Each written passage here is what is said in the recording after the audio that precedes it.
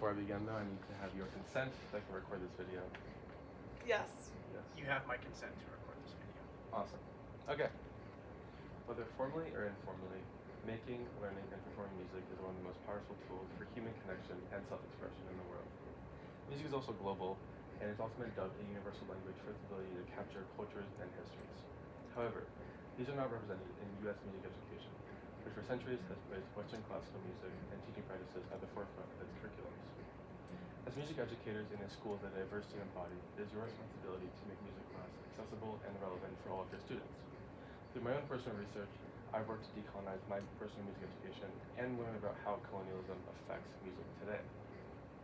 Today I'd like to share with all of you the issue with Westernism in music education, the way you can solve it through decolonization, and 3 specific applications that you can use in your classroom. To begin, the history of the United States is based on settler colonialism. Settler colonialism is a form of oppression in which a group of colonizers displaced native inhabitants from their land and erased their culture, language, and history and replaced it with their own. They then positioned themselves as the superior group and the native inhabitants as the inferior group. In the context of music education, the doctrine of the superiority of Western music is the musicological version of colonialism. This was stated by Judith Becker in her 1986 essay, Is Western Art Music Superior?, published in the Music Quarterly. This means that Western music is seen as the right way and the only way to perform and learn music. And like the native inhabitants, the non-Western music then becomes other or inferior to the Western music. This means that students' unique identities, cultures, and interests are not represented in the music that they learn and study. This not only makes them feel undervalued in the classroom, but also makes it harder for them to engage and be productive. Furthermore, there are 2 models in teaching that are from Western teaching practices, and these create an environment that lacks meaning. The first model is described by Rebecca Dennis from a 2023 essay about decolonizing music education, and this is the master-apprentice model. This creates a hierarchical relationship between the student and the teacher, in which the student performs for the master, the teacher, and receives critique. This diminishes student freedom. The next model is the study-to-perform model, which creates a lack of meaning for students because they typically learn the music to just perform it, either for their teacher or for a concert, and they don't have the resources or the time given to them to learn the cultural heritage behind the music. Once they learn the music, they often forget it because they have to keep up with the quick pace of a music class to learn the new set of repertoire. Now that I've shared a little bit about the issue of Westernism in music education, I want to move on to the solution, which is decolonization. Although decolonization has only garnered discourse in recent years, it is imperative to define what it is because it is a complex movement and word and risks being used as a faulty synonym for words like diversity or inclusivity. Brandy Waller-Pace, the founder of Decolonizing the Music Room, defines decolonization as learning about the effects of colonialism on people, land, systems, ideas, education, and listening to the voices of those victimized by it in order to disrupt and repair it. Furthermore, decolonization cannot occur quickly. This may result in tokenism. Develop Diverse, an organization that's dedicated to making workplaces diverse, defines tokenism as superficially promoting underrepresented groups of people to create an illusion of diversity while not addressing the actual issues of discrimination or exclusion beneath. In the context of music education, this occurs when non-Western music is simply added to the curriculum for the sake of appearing diverse. Juliet Hess, the Associate Professor of Music Education at Michigan State University, offers a good example of this in her 2015 essay, Decolonizing Music Education, Moving Beyond Tokenism.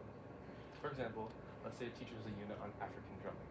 They may grab all these techniques from across Africa and present them to their students. However, they are not culturally specific or valid because there is no discussion about African culture or music.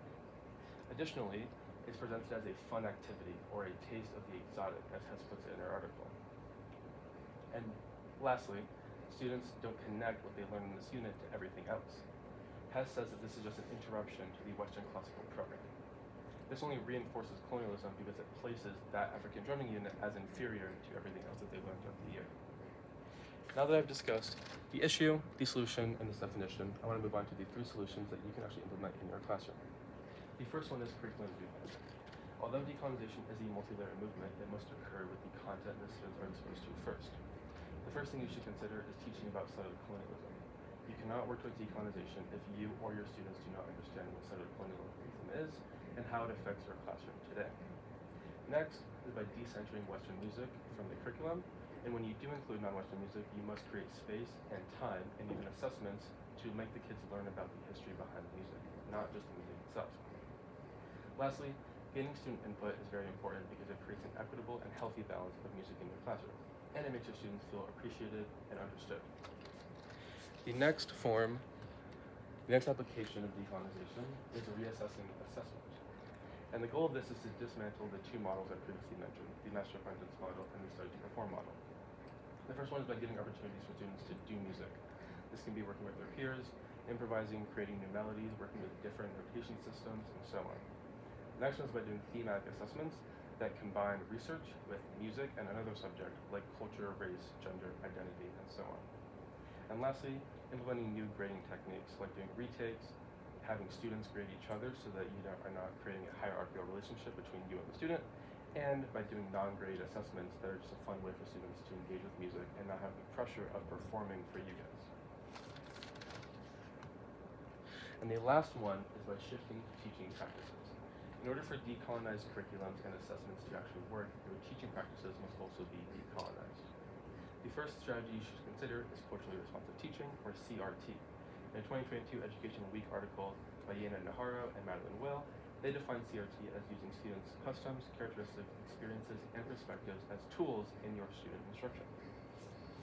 The next thing you should consider is by consulting culture bearers. These are people who are deeply rooted in their culture and are credible in passing it on. By consulting them, you can learn how to accurately relay information to your students about this music and understand the history behind it. And last but not least, you should be a harmonizer, to borrow a musical metaphor. A harmonizer between cultures, music, and identities, so your students understand that no music, no culture is better than the other. In conclusion, today I've shared with you three things: the issue of Westernism in music education, what decolonization is and isn't, and how you can physically implement this in your classroom. Decolonization will take a long time because colonialism has been happening for a long time, but the hard work is worth it. Every student has the right to education that is accessible and relevant to them, and by shifting music education away from a zero-centric background, we can make sure this is possible. As music educators, we must work toward a future where colonialism is no longer in control. Thank you.